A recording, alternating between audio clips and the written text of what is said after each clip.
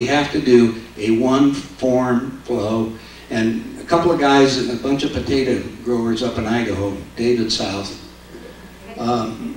were building underground potato storage when the foam started coming out. Remember all the foam stuff? And they decided they're going to start building houses of them, and they got these balloon material. They blew up a balloon. Now, I'm one of these people to find out for sure, so you're going to see. I went down there, and I built one. Actually, I built 4 of them since then. This is the only dwelling that will probably withstand what's coming up. From the extraterrestrial position, they're saying because of what we're changing, and I'm going to explain a little bit of this in a few minutes, the atmosphere, that didn't come out very well. That's inside the dome looking up. That's me. As you can see, we just got to finish spraying the equipment. You hold the window in place and then you spray the foam and the concrete around it. That's a little pump. It's called a Target pump. It's a little concrete pump. Now, any of you guys can build them. It's a 9 parts concrete to 1 of sand. It comes out and it sets up with a reinforced steel about 2,000 psi. It'll withstand winds of 400 to 500 miles an hour. There's nothing that I built prior to these domes that will do that. I mean, I got some. You go down to Phoenix right now on Central Avenue. I built an upside-down pyramid. It won't, and it's all steel. You know, but it won't make it. They're making, these are office buildings, they're making churches out of them. That's inside of a school. They're the only dome, actually in Florida when we just had all this stuff, the only dwellings that withstood all the winds were the domes. In, I think it's North Carolina, they have a place called Eye of the Storm. It was a direct hit of the hurricane. You're all familiar with what's going on from that up to a point. This is just to give you an idea. Now the guys that become really sophisticated and creative as far as doing interior design, and I really like some of it now, that's the reinforced steel. I've been talking with steel people about changing the patterns on that to make a little bit more sense so we can have the energy conference and also set up a bunch of pyramids, diamonds, in order to keep the energy. By the way, these units, because of the steel and the configuration, keeps out all of the outside bombardment. You talk about doing meditation. Wow. There's a friend, I was with him last Friday. I brought him down and taught him how to do all that. He's living out there, by the way, about 1.5 miles from Mark Bell. Again, these are just some huge buildings. They build them as, people are building them as hotels and places too, so they're just everywhere. Okay, with that, let's turn the lights back on. I'll get it later.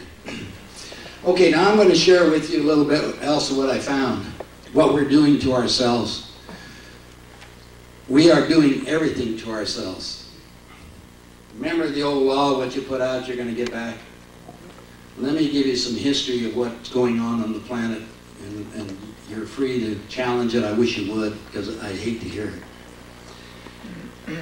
I look back, and we're all concerned about the weather patterns right now, aren't we? Why are they so crazy? Well, we got to go back to 1904, 100 years ago. 100 years ago, there was a British officer by the name of Francis Younghusband who was born in India. He led an expedition to Tibet. The Tibetan monks were guarding all the ancient documents of Atlantis and Lemuria. Now, I know you've read some of that in some of the old books, but the truth is these documents were there.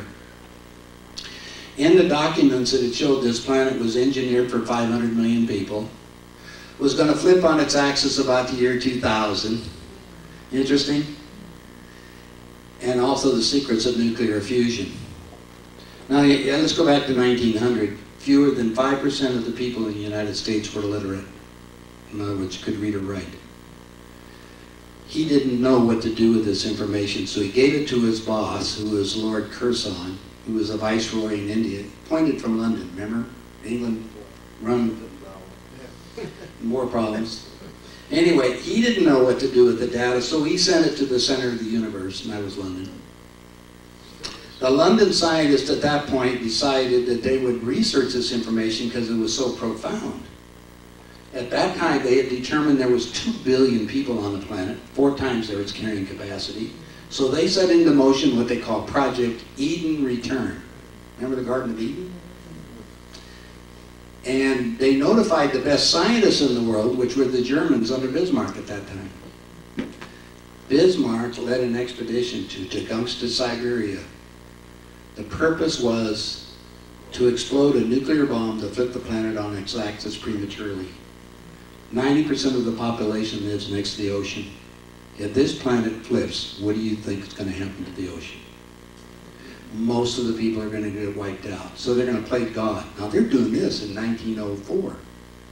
This is the planning. 1908 is when the explosion actually occurred.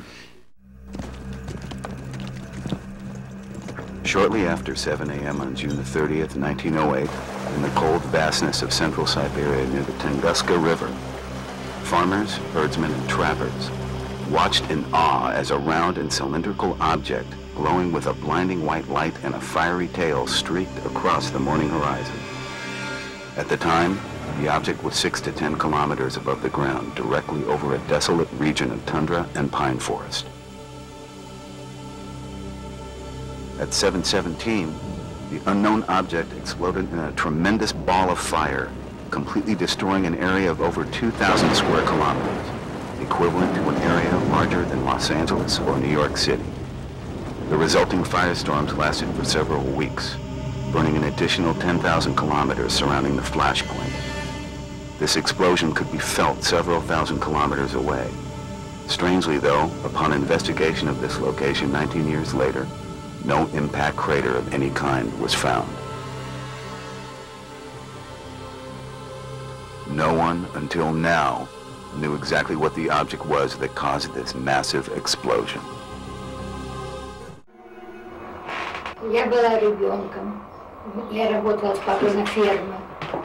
I was about 7 or 8 years old at the time I saw it with my father. We were farming in a little village near the railroad tracks. And I'll never forget how it looked like a long, round chimney on its side with a long tail of fire. I remember telling everybody I could that it looked at first like it was coming down, but then angled up for a little while, and then I was absolutely positive that it had changed its direction. As many as 900 eyewitnesses living near the crash site gave similar accounts shortly after the explosion. Collectively, their stories made the trajectory difficult to explain in a logical scientific manner, since it indicated a maneuvering object.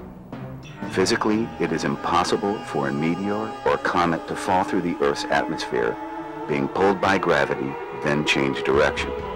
Whatever the phenomenon may have been, it did not behave like any naturally occurring object.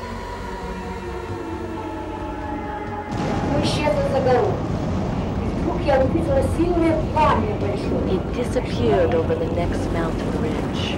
And I remember like it was yesterday, how a few seconds later it seemed like the entire world ended. There was a flash that filled the entire sky, and it was like the sky opened up and split in half. I put my hands over my eyes and I could see the bones in my hands.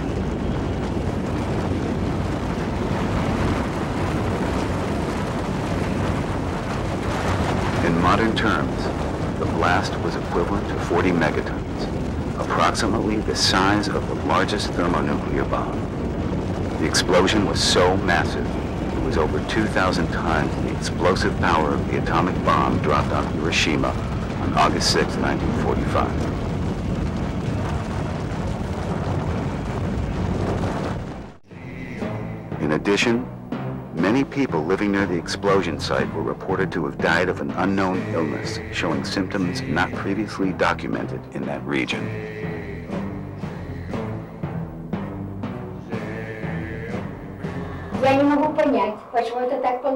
I could not get over the fact that so many of my friends and family were getting sick, and many of them died when still young. They were healthy before, and I just could not figure out why they got sick and died. Another occurrence that could not be explained by any natural means at that time was when the observatory, located 900 kilometers away in Irkutsk, Siberia, recorded very unusual disturbances in the Earth's magnetic field at the time of the explosion, as well as severe magnetic storms occurring just after the explosion. Satisfactory explanations for both the explosion and the resulting abnormalities were impossible until after World War II. Following the atomic bombings of Hiroshima and Nagasaki, aerial photographs of these cities were compared with aerial photographs of the Tunguska crash site.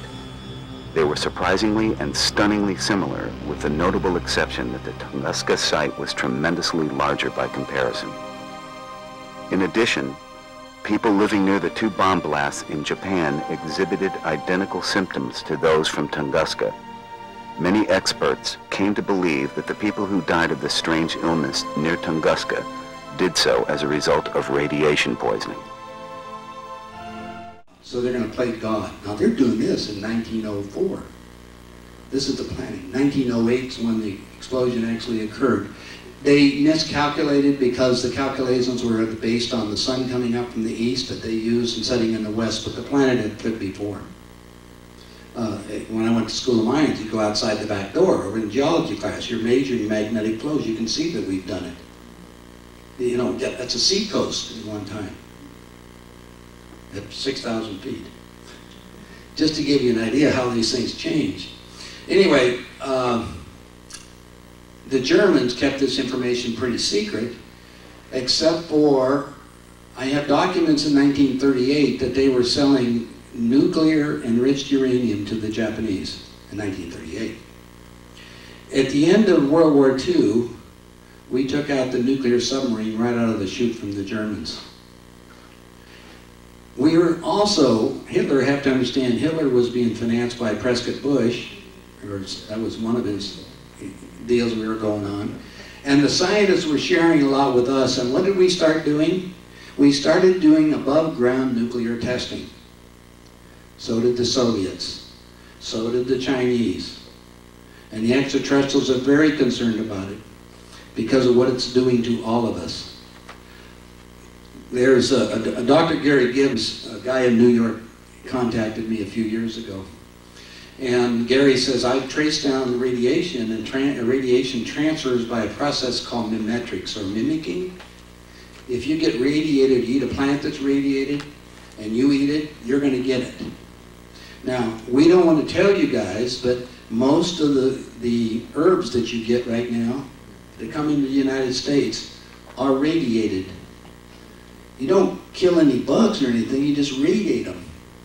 Because radiation then works on a period or time of what it does. So what you do is get radiated. Now, I attended the Natural Foods Expo last year.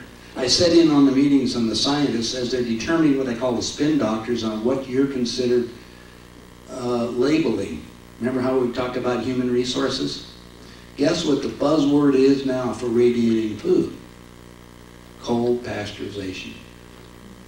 Now, under the new rules, because you're all concerned about food and its quality of eating and everything, it's mandatory that all meat that is transported interstate goes through cold pasteurization.